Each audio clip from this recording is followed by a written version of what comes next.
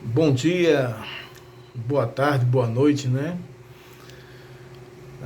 Hoje nós na nossa aula de História, nós vamos continuar trabalhando nossos conteúdos do nosso livro didático História, Sociedade e Cidadania, volume 2 do Alfredo Bolos, né? E hoje nós vamos começar a trabalhar o capítulo 6 do livro, que tem por título A Revolução Inglesa e a Industrial, né? Então, quando falamos de Revolução Inglesa, é bom nós tratarmos sempre no plural, as revoluções inglesas, né? E a primeira revolução que nós vamos trabalhar é a Revolução Inglesa do século XVII. A Revolução Inglesa do século XVII é considerada por muitos historiadores como a primeira revolução burguesa, onde os burgueses, que eram a classe social que começou a surgir no final da Idade Média, se desenvolveu no início da Idade Moderna, né, e até os nossos dias. A burguesia era uma classe social que enriqueceu graças à atividade comercial, às atividades manufatureiras. Então, os burgueses enriqueceram muito, muito mais até do que os nobres, do que a nobreza, em muitos casos. Porém, os burgueses não tinham acesso à política, acesso aos privilégios políticos que a nobreza, por exemplo, tinha, ou só ela tinha. Então, durante o século XVII, que começam as revoluções burguesas, né?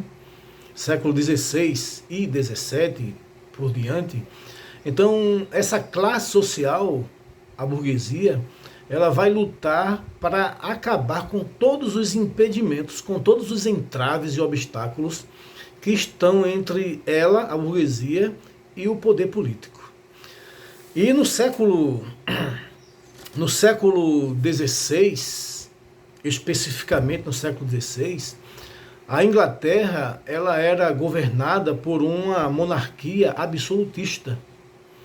Quem governava a Inglaterra era uma dinastia chamada Dinastia Tudor. Na Dinastia Tudor, nós vamos ver no nosso livro didático, no capítulo 6, que fica aqui na página 117, 118. A Dinastia Tudor foi uma dinastia que governou durante todo o século XVI. Ela começou no finzinho do século XV, governar a Inglaterra, 1485, e vai governar até 1603.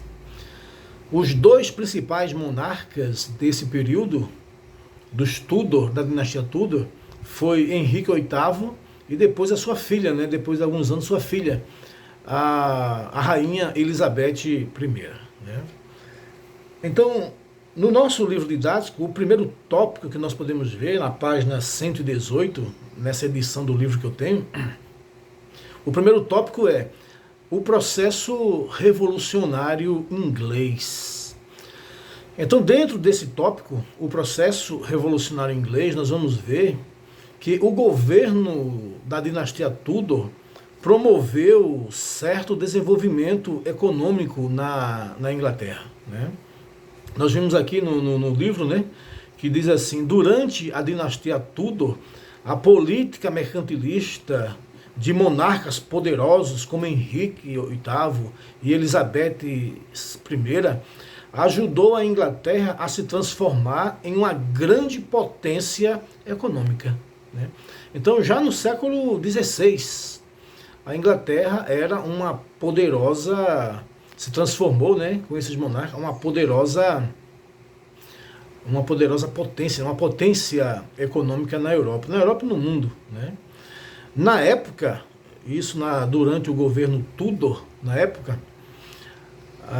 a Inglaterra liderava o ramo de produção na indústria têxtil, nas manufaturas têxteis, na produção de carvão, e no comércio marítimo perdia apenas para a Holanda. Interessante é que no início do século XVII, isso já 1600 e pouco, os comerciantes industriais e armadores constituíam uma burguesia próspera e atuante. Então a gente vê que durante o século XVI, com o governo da dinastia Tudor, sobretudo o governo de Henrique VIII e de Elizabeth I, a Inglaterra se transformou numa potência. E uma classe social se sobressaiu, que foi a burguesia. A burguesia, por meio das manufaturas, da produção manufatureira, por meio do comércio marítimo. O texto diz que a Inglaterra, nesse momento, só perdia para os holandeses. Então surgiu essa poderosa classe social chamada de burguesia. Mas, como eu falei, a burguesia tinha dinheiro, tinha riqueza, mas não tinha privilégios políticos. E agora a burguesia vai lutar para derrubar todos os entraves, todos os obstáculos que impedem a burguesia de chegar ao poder, né? Interessante é que, além da burguesia, também havia outros grupos sociais na Inglaterra que também vão crescer graças à prática do capitalismo. E nessa primeira fase do capitalismo era o capitalismo comercial. Então, no nosso texto diz aqui mudanças na sociedade inglesa. Que mudanças foram essas na sociedade inglesa? Alguns pequenos, alguém da pequena nobreza, muita gente, né, da pequena nobreza, vão não ficar apenas esperando benesses do governo, porque as benesses do governo era só para a grande nobreza, né? E a pequena nobreza agora, querendo desenvolver-se economicamente, o que é que ela vai fazer? Ela vai começar a usar a sua produção agrícola para comercializar, para vendê-las. E com isso vai surgir uma camada chamada de a gentry. A gentry é a pequena nobreza. A pequena nobreza que vai começar a vender seus produtos e começar a ganhar dinheiro com seus produtos. Então ela vai se desenvolver também. Também vai haver um outro grupo social chamado de yeomen, onde esse grupo social, eles não são nobres, mas são pessoas que têm terras e também eles vão se desenvolver graças à prática da agricultura e do comércio dos seus produtos, né? Então nós vemos essas mudanças ocorrendo na sociedade inglesa. Isso vai ser muito importante para nós entendermos o que foi a Revolução inglesa do século XVII, né? Então, o que vai acontecer? O maior impedimento de que os burgueses chegassem ao poder era justamente o modelo político que existia na Inglaterra, que era a monarquia absolutista. Os monarcas que governavam a Inglaterra, no século XVI e XVII, eles justificavam o seu poder graças ou devido a uma teoria criada por pensadores da época. Depois vocês pesquisem no YouTube, na internet, no Google, teóricos do absolutismo. Depois vocês pesquisem isso aí. Então, qual era a ideia que sustentava o poder desses reis absolutistas? Então, foi criada pelos pensadores pró-monarquia absolutista uma teoria chamada teoria divina dos direitos do rei, o direito divino dos reis. Então, essa teoria, chamada de a teoria do direito divino dos reis, dizia que os reis ingleses, depois também outros monarcas vão ter esse título, então os reis ingleses, eles governavam porque eles eram eleitos por Deus. Então, a autoridade que os reis tinham era dada por Deus, e por isso ninguém poderia contestar o poder do rei. Então, esse era um problema sério para quem quisesse contestar, porque contestar o rei era contestar o próprio Deus, pelo menos de acordo com essa teoria, ok? E o que vai acontecer? Em 1603, que já é o século XVII, início do século XVII, vai morrer a rainha Elizabeth, que é a última monarca da dinastia Tudor. E uma nova monarquia inglesa vai surgir, que é a dinastia dos Stuart. Então, a dinastia dos Stuart vai ser governada primeiro por um camarada chamado Jaime ou Jaime I. Esse camarada vai governar a Inglaterra no lugar de Elizabeth I. E o que é que esse camarada vai fazer? Então, aqui na página 119 do nosso livro, diz assim: com a morte de Elizabeth I, seu primo, o rei da Escócia, assumiu o trono da Inglaterra como Jaime ou Jaime I, o primeiro da dinastia Stuart, apoiada na teoria do direito divino dos reis, aquilo que nós falamos. Jaime ordenou logo no início do reinado que todos os seus súditos, então vamos ver as medidas de Jaime I, que vai incentivar os seus opositores a fazer uma rebelião contra ele. Então ele vai ordenar, logo no início do seu governo, que todos os seus súditos seguissem o anglicanismo.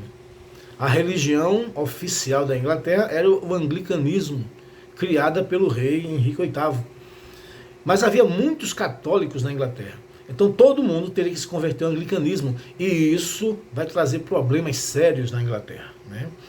Então ele ordenou que seguisse o anglicanismo, a religião oficial da monarquia inglesa. Essa imposição, aliada à adoção de uma política tributária extorsiva. O que é uma política tributária extorsiva? Ele passou a cobrar muitos impostos. Se a dinastia Tudor já cobrava impostos, o rei da dinastia Stuart, no início do século XVII, ele vai cobrar mais impostos ainda. Então isso vai provocar uma forte oposição no parlamento. Existiu o parlamento, que era o poder legislativo inglês, mesmo na monarquia existia, mas só que o rei, ele fazia pouco caso do parlamento. Mas o parlamento vai se levantar e vai se opor contra essas medidas da imposição da religião e também dos altos impostos do rei Jaime I. Isso é importante para entendermos. Por que o parlamento vai se opor? Porque o parlamento é formado por um grupo religioso chamado de puritanos. Os puritanos eram protestantes também, mas eles se opunham à igreja oficial anglicana. Dizia que a igreja anglicana possuía muitos desvios doutrinários, era corrupta e ainda guardava muita coisa do catolicismo. Então os puritanos eram aqueles que queriam purificar, por isso a palavra puritano, purificar a igreja anglicana. E a maioria dos parlamentares eram dessa linha religiosa dos puritanos. Então eles vão se opor a essas medidas do rei. Então a partir daí, o rei vai fechar o parlamento. Vai fechar o parlamento. E a partir disso, vai haver uma violenta disputa a partir do governo de Jaime I entre a monarquia absolutista inglesa de um lado e o parlamento puritano do outro. E dessa briga, dessa disputa entre a monarquia absolutista e o parlamento puritano é que vai surgir a Revolução Inglesa, que vai culminar com o fim do absolutismo na Inglaterra, né? Quando o rei Jaime II, ou melhor, primeiro, morre, o seu filho vai governar em seu lugar. O seu filho se chama Carlos I. E o texto da página 120, falando sobre ele, vai dizer o seguinte: em 1628, reagindo à política fiscal opressiva do rei Carlos I, então o rei Carlos I continua aumentando os impostos, feito seu pai Jaime I, continua aumentando impostos. Então quando ele entra para governar, ele está continuando os impostos, e aqui diz: então, em 1628, reagindo à política fiscal opressiva de Carlos I, o parlamento, a disputa, né, monarquia e parlamento, o parlamento conseguiu aprovar uma lei, anota essa lei aí, viu? uma lei chamada de petição de direitos. O parlamento aprovou essa lei. E o que dizia essa lei? A lei de petição de direitos. Essa lei declarava que qualquer tributação, criar imposto ou aumentar imposto, seria ilegal se não passasse pelo parlamento. Né? Então o parlamento conseguiu aprovar essa lei, que declarava ilegal qualquer tributação sem o consentimento e condenava as prisões arbitrárias efetuadas a mando do rei. Então o parlamento criou uma lei que proibia o rei criar e aumentar impostos e também proibia o rei de prender quem ele queria. Então, o que o parlamento queria com essa lei chamada de Lei da Petição de Direitos? Queria limitar o poder do rei. Né? E o que é que o Carlos I vai fazer? Sabe o que ele vai fazer? Em represália, nos 11 anos seguintes, Carlos I governou sem convocar o parlamento. Então ele fez de conta que o parlamento não existia e governou como se não existisse parlamento. Né? E tomou uma série de medidas arbitrárias. O que foi que ele fez? Restaurou taxas e tributos que haviam sido extintos. Então o parlamento criou uma lei e o rei quebrou essa lei. Ele continuou restaurando taxas e impostos, né? Concedeu monopólios, vendeu cargos públicos, impôs multas e criou novos impostos. Ele não estava nem aí para o parlamento. Né? Então a disputa entre monarquia e o parlamento estava acirrada. E o rei bateu na mesa e dizia assim, quem manda sou eu, pronto, e acabou. Né? Um desses impostos criado pelo rei, anotem aí, viu? Subem aí, era um imposto chamado de ship money, pago apenas pelas cidades portuárias. Então, passou a ser de âmbito nacional. A reação ao ship money desencadeou uma onda de protestos em todo o país. Muitos líderes da oposição foram encarcerados e mortos a mando do rei. Então, era um problema muito sério. O rei não queria ceder às limitações do parlamento, e o parlamento, por sua vez, não aceitava de modo algum essa, digamos, desobediência do rei. Então o rei vai criar novos impostos, isso vai criar uma revolta generalizada na Inglaterra e que vai culminar com a chamada Revolução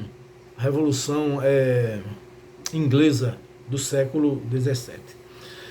Em 1640, o rei ainda é o Carlos I, ele resolveu convocar o parlamento. Ele tinha fechado, não queria saber do parlamento, mas ele convocou o parlamento para pedir aumento de impostos, a fim de sustentar uma guerra contra os escoceses calvinistas, que reagiram à imposição do anglicanismo na Escócia, invadindo o norte da Inglaterra.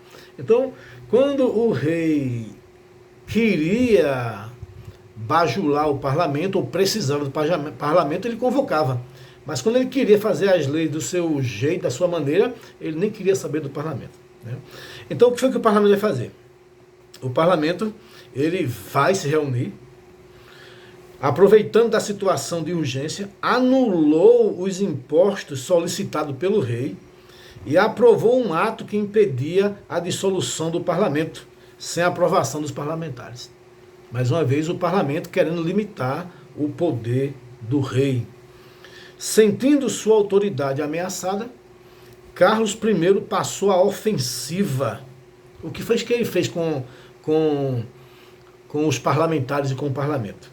Ele invadiu com sua guarda pessoal a Câmara dos Comuns, porque o parlamento era dividido em duas câmaras, né? A Câmara dos Lordes, que era dos nobres, e a dos comuns, onde estavam os burgueses, onde estavam os puritanos. Né? Então ele, com sua guarda pessoal, invade a Câmara dos Comuns, que era a oposição dentro do parlamento, era a Câmara dos Comuns, órgão de maioria puritana, para prender os líderes daqueles que se opunham às suas decisões. A oposição, no entanto, os parlamentares que fazem a oposição, já havia se retirado do recinto para se unir às forças puritanas armadas na luta contra o absolutismo. Tinha início, assim, na Inglaterra, uma guerra civil que se estendeu de 1642 a 1649. Então, o que foi que nós vimos nessa introdução da aula, do assunto, né, revoluções inglesas? Nós vimos o seguinte, que surgiu um grupo rico e poderoso na Inglaterra chamado de burguesia. Essa burguesia fazia parte do parlamento. O parlamento era onde se criavam as leis da monarquia, no período da monarquia absolutista. Essas leis tinham que ter aprovação do rei. E houve um atrito entre a monarquia e o parlamento, porque o parlamento queria limitar o poder do rei e o rei não aceitava essa limitação. O rei vai passar por cima das leis criadas pelo parlamento. Em alguns momentos vai fechar o parlamento, algumas vezes, né?